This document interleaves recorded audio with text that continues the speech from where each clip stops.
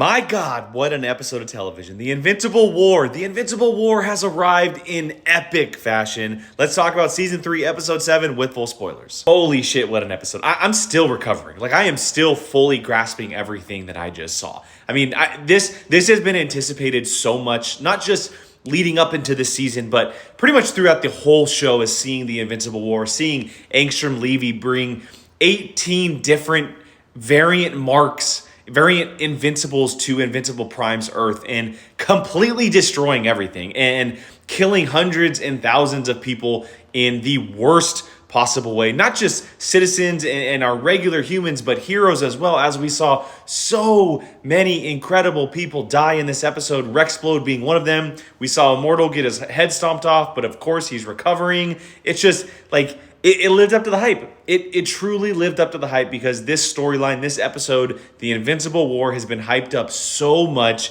and I was completely blown away the entire time I was watching it. Seeing the absolute psychopathic versions of Mark and the different variants that we are getting with Invincible, how different they are, not just from our Mark, but from each other. We have Mohawk Mark, who is clearly Looney Bin. We have Omni-Man Mark. We have so many different versions of Mark that were so interesting to see.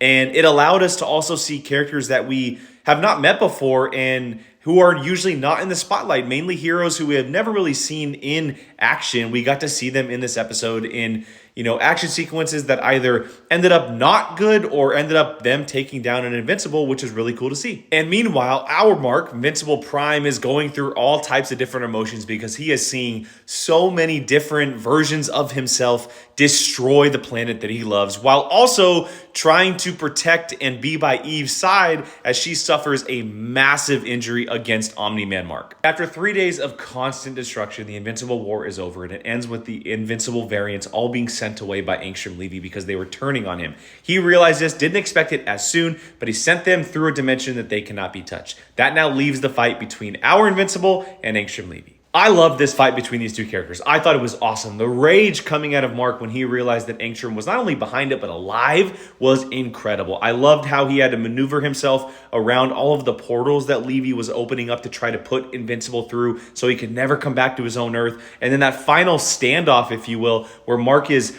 standing his ground against all of those little machine balls coming at him that Levy is throwing at him. It felt like something out of the Matrix where all the machines are coming down on the roof and attacking all of the humans. Very, very cool visuals. Now, unfortunately, the fight did end up with Levy getting away. He was able to escape through one of his portals back to his home base, and Mark was a little bit distracted. He was hit with one of those machine balls again, and Levy was able